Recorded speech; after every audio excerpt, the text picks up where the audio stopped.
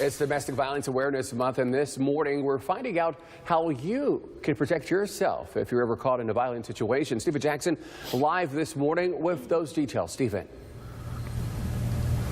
Good morning, Andrew. Now, one thing that I've learned so far this morning here at the Martial Arts Center at Fall and Timbers is that if you find yourself in a situation like that, you should try to get away. And if you can't get away, if you're strangled or anything like that, you should go for the eyes or maybe the neck or the nose, something to help get the perp off you. So this morning we're joined with Shelly here at the Martial Arts Center here at Fall and Timbers. Shelly, you have your husband here, so you guys are going to demonstrate maybe a situation, a scenario, maybe a choking situation. Can you walk us through what folks can do? Perfect. Yeah. Well, number one is that I like this particular self-defense because this works against anything. They could have you pinned up against the wall. They could be sitting on top of you, and this is a great way to escape. So what happens is if let's say Sensei's got me, he's attacked me, he's holding me by the throat.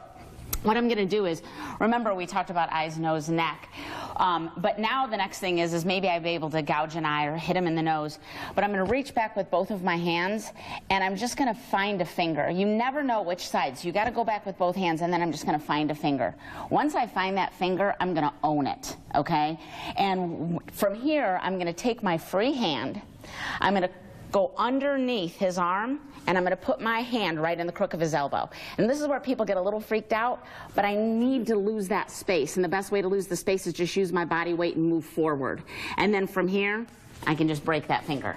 And any woman, because usually in most situations a man is stronger than a woman, but just taking one finger and getting that finger and trying to snap it if possible, they can get away, right? That's the number one thing is, again, you got to remember we're smaller. We don't have quite the upper body strength that they have, so we have to utilize what we have. So fingers, things like that, because I can break a finger. I probably wouldn't be able to break an elbow, but I can break a finger. And something else probably to be noted is to try not to panic in a situation like this, too, well, that's the number one thing. You got to breathe. You got to remember to breathe because you're going to be terrified. You're going to be scared. You're fighting for your life. Well, Shelly, we thank you so much for joining us this morning. And Joe, thanks for assisting as well. So we will continue to be here this morning as it's National Domestic Violence Awareness Month, just walking you through what you can do if you find yourself in a situation.